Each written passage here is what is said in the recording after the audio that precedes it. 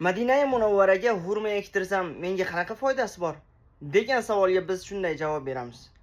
Biz orqali Madina Munawvaraga hurma daraxtini ektiradigan bo'lsangiz, ushbu hurmaga to'lov qilasiz. To'lov qilinganingizdan keyin ushbu hurma ekiladi va ekilgandan keyin mevaga kirgandan so'ng mevasi Madina Munawvaraga olib kelib, sotilib, pullari Madina Munawvaraning yetimlariga beriladi.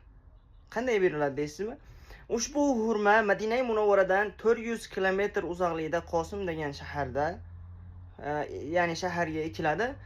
Mevaga kirgandan keyin ushbu mevalari Madina Munawvaraga olib kelib sotiladi. Inshaalloh har bitta yetimlarga ushbu mevalari, ya'ni sotilib yetimlarga berilsa, ajrlari sizga ham yetib boradi inshaalloh.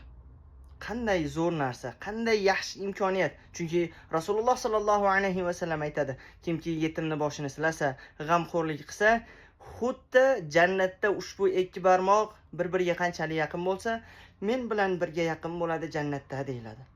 Kim xohlamaydi? Rasululloh sallallohu alayhi va sallam bilan jannatda qo'shni bo'lishlikni kim xohlamaydi? Sizda imkoniyat bor, bizga bog'laning. Ya'ni biz orqali hurma daraxtini eksangiz bo'ladi.